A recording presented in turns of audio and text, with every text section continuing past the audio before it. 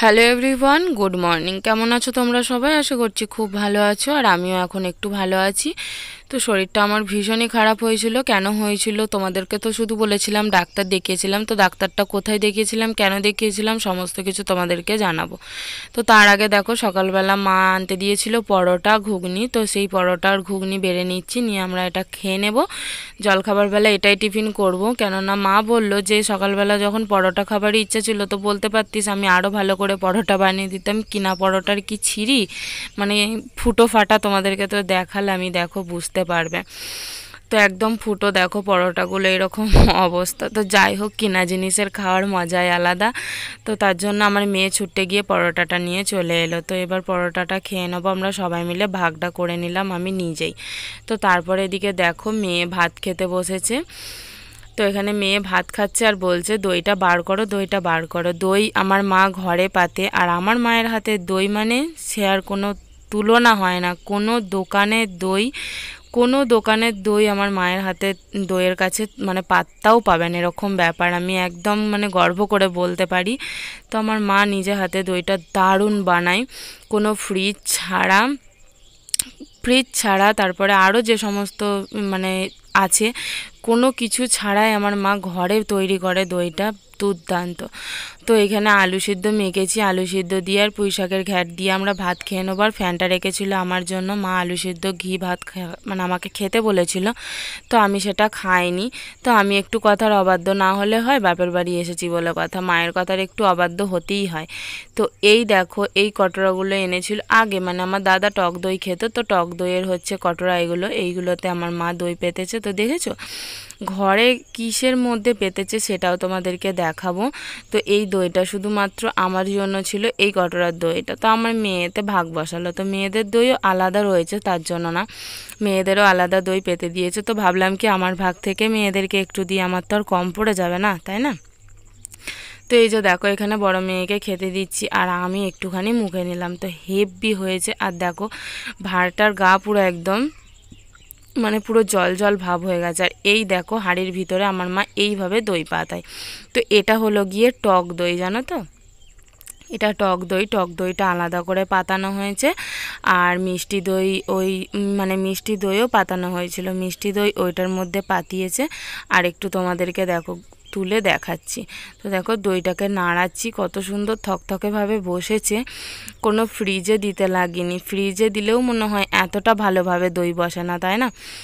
তো আর এই যে দেখো একটা একটা করে সরিয়ে সরিয়ে তোমাদেরকে দেখাচ্ছি। আর এইটা হলো মেয়েদের দই। তো মেয়েরা তো ওই দইটা আর খেলো না, তো আমার দইটাতেই ভাগ বসালো।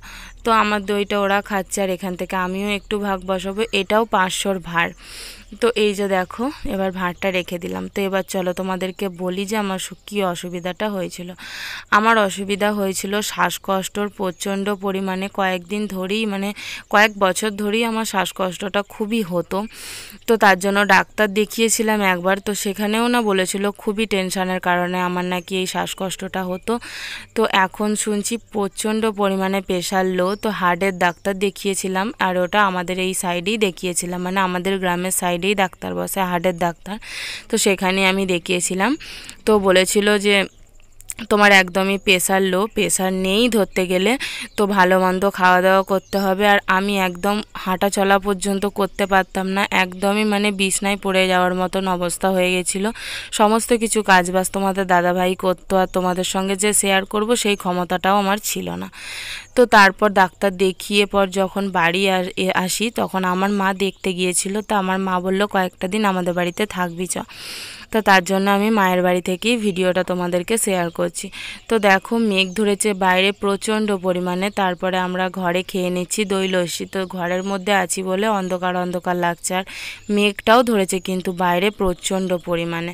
তো তারপরে না ঘরের মধ্যে বসে থাকতে ভালো লাগছিল না, ওষুধ খেয়ে মানে শরীরটা একটু ভালোই লাগছিল, একদমই যে খারাপ লাগছিল তাও না, মানে মোটামুটি ভালোই লাগছিল, তাই একটু বেরিয়েছিলাম।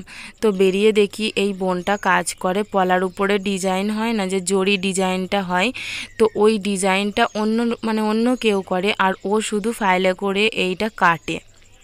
তো দেখো কত সুন্দর করে কত তাড়াতাড়ি করে ফাইলে করেও কেটে ফেলছে, পলাতে শুধু কেটে ডিজাইনটা খালি তুলে দিচ্ছে, আর যারা আরও অন্য কেউ আছে তারা শুধু জড়িটা পাকিয়ে দেবে, এরকম ব্যাপার। তো তার জন্য বোনটার কাছে গিয়েও অনেকক্ষণ বসেছিলাম, বসে থাকার পরেও যেন শরীরটা খুবই উদ্ব্যস্ত উদ্ব্যস্ত লাগছিল, একবার নড়ছি চড়ছি এরকম করছি। তো আর কি করব, এইভাবেই শরীরটা খারাপ খারাপ করতে করতেই কেটে গেল, জানো তো। শরীরের ভিতরে ভীষণ পরিমাণে কষ্ট হচ্ছে, যেটা তোমাদেরকে বললেও হয়তো তোমরা বুঝতে পারবে না। অতিরিক্ত কষ্ট হচ্ছে, বুক ধড়ফড় করছে, গা হাত পা কাঁপে, মানে অনেক রকম কিছু নিয়ে অনেক রকম মানে শরীরের ভিতরে রোগ জ্বালা ঢুকে গেছে। তো কথা বলতেও ভীষণ পরিমাণে কষ্ট হচ্ছে। তো চলো এবার দেখি বাড়ির দিকে যাওয়া যাক। বাড়ি যাব, সন্ধ্যাবেলা মেয়ে এখানে সন্ধ্যা দিচ্ছে। তো মানে আমার ঠাকুমার শরীরটা খুব একটা ভালো না, কেননা উঠতে চলতেই ভালো পারে না। আমার ঠাকুমাকে তো তোমরা দেখেইছো, তো উঠতে মানে চলতেই কষ্ট হয়, তার জন্য মেয়ে আমার সন্ধে দিয়ে দিচ্ছে। শাঁখটা তো আর ভাজাতেই পারলো না, এতটা বড় শাঁখ। আমার মেয়ে বলছে আমি পারবো না, বড় মা তুমিই বাজিয়ে দাও। তো তারপরে এখানে আমার মা পেঁয়াজ, শসা, চানাচুর, টমেটো এসব দিয়ে মুড়ি মেখেছিল আর চা। আর আমার মেয়ে তো মুড়ি খায় না, আমার মেয়ের জন্য এই যে বড় বড় টোস্টগুলো, আমার মেয়ে যখনই এখানে আসে আমার মা এই বড় টোস্টগুলোকে নিয়ে এসে দেয় আমার মেয়ে খাওয়ার জন্য। তো আর এখানে রাত্রেবেলা পরোটা আর আলুর তরকারি খেয়ে আজকের ভিডিওটা শেষ করলাম। আর কি কি হয়েছিল না হয়েছিল সবই তোমাদেরকে বললাম। আমি ঠিক বাড়ি চলে যাব কয়েকদিন পরেই, আগে একটু শরীরটা সুস্থ হয়ে নিই, তারপরেই আমি বাড়ি চলে যাব। রাত্রেবেলার খাওয়া দাওয়াটা করে নিয়ে তোমাদের সকলকে জানাই গুড নাইট, তোমরা সবাই ভালো থেকো।